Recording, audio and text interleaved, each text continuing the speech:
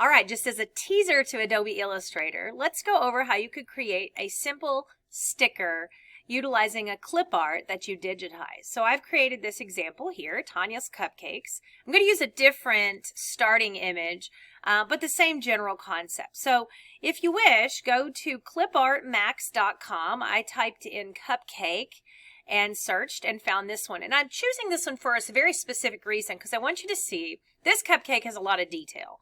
If you look carefully, you've got like some shading in there, some patterns, some shadows, some gradients. When you digitize clip art, it's not going to maintain all of that. So you have to find a way to make it good enough for your purposes. And that's what we're going to take a look at today. So I've downloaded this PNG file. I like PNGs because those are going to already typically have the background removed. And I come into Illustrator and go to File and Place. And you're going to go place that specific PNG that you have downloaded. And you're just going to click one time to sit it down. It's probably going to be pretty big. I already had a document open, just a regular letter-sized document, but I'm going to hold down Shift and pull from the corner. And you do want to hold Shift. It's kind of funny. The new version of Photoshop took away the need to hold Shift, but Illustrator, you still have to. Otherwise, it will stretch out like so, and we don't want to do that. Okay, so I held Shift and I've got this going here. And again, this is not the same cupcake as this one, but this one has lots of detail. And right now it is a bitmap image, and that's what Photoshop images are. They're bitmaps. They're composed of pixels. And if I zoom in again close on here, it's going to get fuzzy. You're going to be able to see the little pixel dots as you zoom up. Well, not in a digitized file, and that's what we create in Illustrator. We call those vector artwork, and vector artwork is smooth, and you can zoom up as much as you want and never loses detail, but we've got to turn it into that. So in the top corner while you're clicked on it, you're going to see it says image there. That tells you this is an image. It even tells you the PNG file name there, and we're going to go over to image trace. Now, if you don't see these buttons up here, it might be because you do not have your workspace set the same as mine. I'm in Window Workspace and Essentials Classic, and in the new version, Essentials is missing that options bar at the top. So I like Essentials Classic. Okay, so at this point, we've got that going on there. I'm going to click on the Image Trace drop down so I can choose a preset.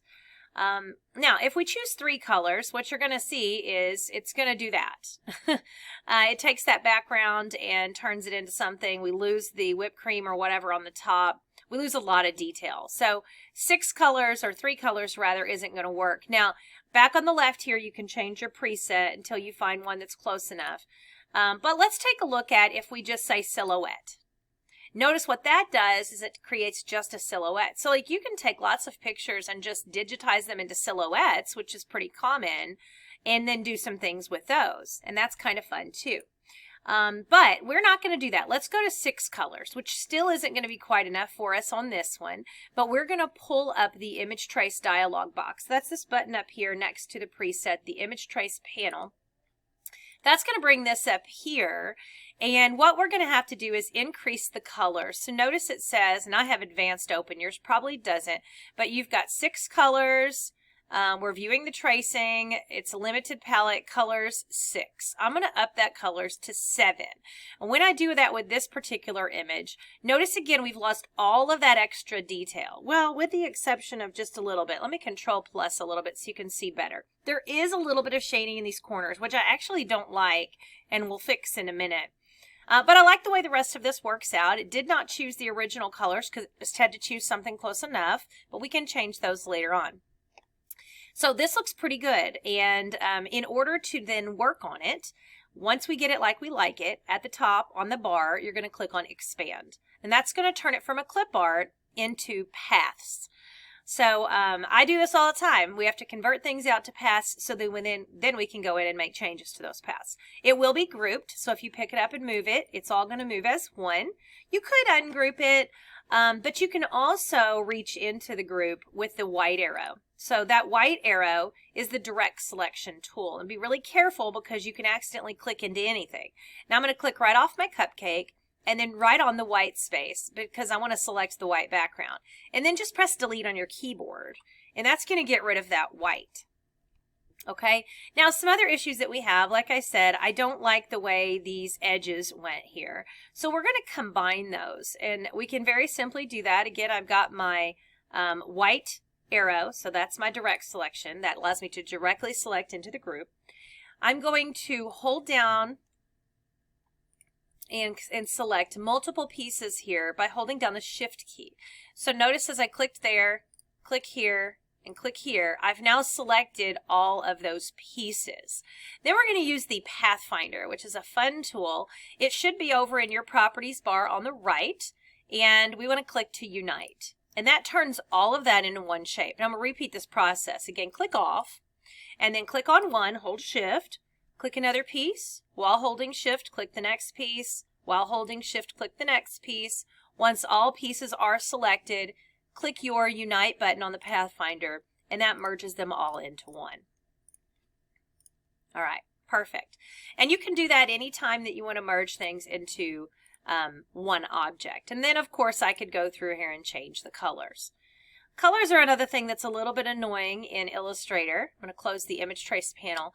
I like to use the Swatches panel because Swatches allows you to save colors, and then they'll show up in here.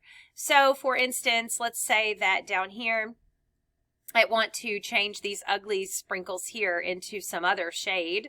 Again, I can use my white arrow to select inside the group. You can also double click and get in the group. It's a little complicated for people when they're starting off, but if I double click in here, I'm inside the group. This is called isolation mode. Notice it says I'm in the group right here in the corner. It says group. Now while I'm in the group, I can use my black arrow and select anything that I want to. So right here, this is set to this super ugly olive color, but let's say that I want to have it be some blue sprinkles. But if I click on one of the blue colors, let's say it's not the color I want, and I want to make it a different color, then I can double click the top box for fill, and then come in here and find the shade of blue that I like. Okay, so I'm going to wiggle this around until I find the one that I like. Let's say I want that navy-ish blue. And then I'm going to hit OK. Now I have that navy-ish blue color, but to save it in my swatches, I'm going to hit this plus sign here. And you can give it a name or not. It's going to come down on a row, and they have funny little notches right there. It's little white triangles in the corner. And that tells you that that's a color I've saved in there. So now I can click on these, and again, we could do just like we did before and hold Shift and select all of these at the same time. You just have to make sure you select on the fills. You have to click on fills. There we go. All right, now click off. Always click off. Now remember, I'm still inside the group, so I can still grab things with that black arrow. Let's say I want to make this sort of a creamy color there. All right, now I'm done. I want to get out of the group, out of this isolation mode. So you can hit the backup arrow right here and just keep backing up until you get out of here. Okay, so keep backing up. And now I'm back where everything is. I'm going to press Control minus. When you're in isolation mode, double click. See how everything else grays out. Okay, but now double click off the cupcake and see now I'm out of that group. And you can tell because this is grayed back in. See, inside the group, this is grayed out and it says group up here on this little bar. Double click outside the group. Now we're back to normal. And it'll all be grouped together if I'm outside the group. Okay, I'm going to hold Shift and pull this down and make it a little bit smaller so it kind of matches the other one. And then I'm going to add some words. I'm just going to grab my type tool, and then I'm going to click one time and type Tanya's Cupcakes. And if you wanted to change your font, I always suggest pressing Control and A to select all. And then you can come up to your character up here and choose whatever font that you want. I've already chosen mine. I'm going to leave it. There's also a center button. Notice mine is centered. So while they're all selected, I like to hit center as well. Now you can hit your up arrow to change the size of your font, but alternatively, you can just grab your black arrow tool, move it, and grab holding Shift from the corners and pop it on there like so. For this one, I think I'll go over the bottom, and maybe then I'll use the color that's inside here. So I don't have that color in my swatches. So let me double click to get inside here until I'm on this color, this brown. See, I can see the brown here. Again, remember to add that color as a swatch, just hit the plus sign here where it says new swatch, and that's going to add it in there. All right, there it is. So I'm going to double click outside of the group, so I'm back to normal, click on this, and then use my swatch. Okay, now it's that brown color. To center all this, because I have two pieces, this and this, just overlap them a little, select them both, use your black arrow and grab around both of them. And then at the top on your options bar, you have a horizontal center and a vertical center. Now that's going to put it in the middle. I don't really want it vertically centered, so I'm going to try maybe a bottom. Yeah, I like that. You can always click off of it, click on it, and use your arrow key on your keyboard to push up, just to lift it up just ever so slightly. All right, so this is looking pretty good, but we need to go ahead and add our circle to make this like a sticker. So grab your ellipse tool, which will hide under your rectangle tool in your tools. And then you can just click one time and type in a size, or click and drag. And if you want a perfect circle, hold shift. That's what I'm going to do. And just enough to cover it up for the most part. I'm going to make this white, and I'm going to have no stroke on it for now. And then click on your black arrow tool to pick it up and scoot it. Now if it doesn't cover the whole thing, you may have to change the size. Now I am going to send this to the back, so just right click arrange like you would in anything else sent to back. All right, and then again we want to center all of this stuff. Now I don't have my name and the cupcake made as one item, and I need to do that before I center it, or my words are going to go back in the middle again, right? So I'm going to hold down shift while I have the words selected, and then click the cupcake like so. And I'm just going to group. You can control G, or you can right click and press group, or over in quick actions there's usually a group on there when you have multiple things selected. All right, now that this moves as a group, overlap these two guys, take your black arrow, just touch them both, and then again center middle and center up to bottom. And then obviously that's not going to work. My size isn't going to work because my words are going to hang out the bottom here. So I am going to hold down my shift as I go here. And I'm also going to hold down Alt, because if I hold down Alt, it'll pull from all of the sides at once. Isn't that fun? And now I just need to make sure it clears down there. Okay, perfect. Okay. All right, so now we've got it. If you wanted to have a border on there, you could certainly do that. I added a border. You can see a red border on this sticker. That is the stroke. So up at the top where it says stroke, go ahead and give it a number. And then again, if you want to choose a color, remember the whole color situation is a little bit weird. So go click on a color that you need, or you can grab a hold of your paint or your eyedropper tool. Over here, the letter I. If I click on the eyedropper tool, then I can click on, say, that pink color. Oops, I was selected on the wrong thing. Let me undo. I have to be clicked on the right thing. This is kind of a thing that happens a lot. This is the fill, which is on top. So if I change the color right now, my top color changes. The red is the stroke color, and it's on bottom. I have to click and put it on top so that whatever I click on will replace that color. Okay. Oops. Still didn't get it, did I? Sometimes things don't go according to plan. Okay, let me make sure I'm clicked on my thing. This is on top. Grab a hold of this and click. Okay, nope, we're not. Fun. That's okay. Let's just add it to the swatches, right? Okay, so I'm going to click back on my black arrow tool. I'm going to put this on top. I'm going to click my plus and add it to swatches. So there it is. Got my pink color in there, and I'm going to change this back to white. Come up here, go to my drop down arrow and choose the pink. All right, and now I can modify that stroke. Don't ask me why. Sometimes it just acts weird. All right, and there we go. We've basically got us a nice little sticker. At this point, we would group all of it. And to export it out, so Control G to group. To export it out, you're going to go to Window, Asset, Export. That's the panel that you can gather all your things together in.